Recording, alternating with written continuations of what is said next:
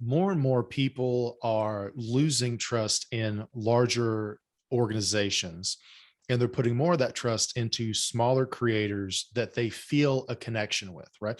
That's the reason why like all these big companies are trying to focus on like creating a brand narrative to like try to build back that trust and this connection, right? Mhm. But people like you, like there's a face to you. There's not a face to a major, like most major companies. There's people fucking love Elon Musk and Tesla and SpaceX because of him, because they could put a face to the company, Yeah. right? And so that's the thing, man, is I don't buy into podcasts are dead, YouTube is dead, also the shit, because where do we go for entertainment or education? Dude, even my fucking doctorate was most like 75+% thanks to YouTube, Wikipedia, and Google. Mhm. Right. And even like Ali Abdal, he's a big YouTuber.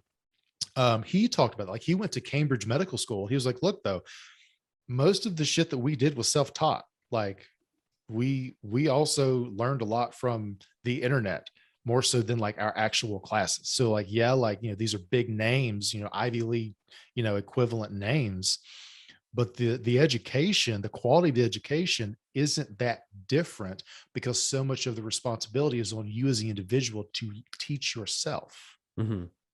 Yeah. That's how I know about things like Very Well Mind. It's like, I was like, fuck, what is this Dr. Singer two-factor theory, model of, whatever. Let me Google it. And then their, article came up. I'm like, oh, this is super fucking good information. Like, I'm going to remember this. Yeah. And someone's life purpose was like, I'm going to codify this shit and I'm going to call it Very Well Mind. And Yeah. that's what they do, Yeah.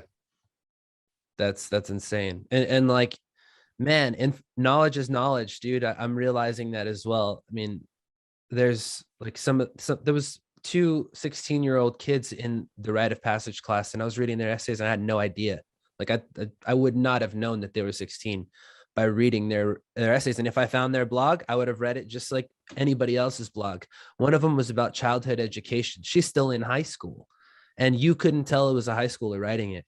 My girlfriend, she's trying to be she's studying to be a kindergarten teacher right now. She was like really interested in the whole writing thing. Like, I wonder if I could write. I'm not credentialed. I'm not even credentialed yet, So there's a 16-year-old girl writing about childhood education in rite of passage right now.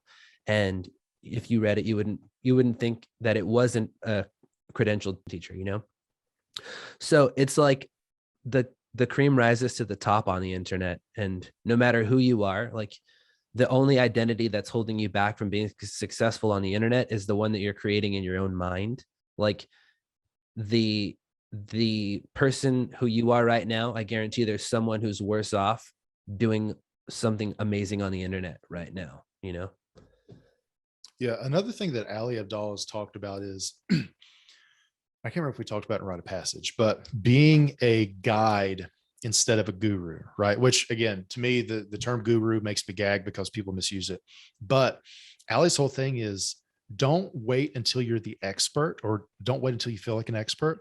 You can be a couple steps ahead of somebody and teach them what you've learned so far. So not saying this is the end all be all so much as here's what I've learned along the way. And that approach, I think, is so much more approachable to help people get over this, imposter syndrome bullshit that stops so many people from putting out the value they have to give to the world. They're like, oh, well, but somebody else is going to say it better than me, or I'm not far enough along.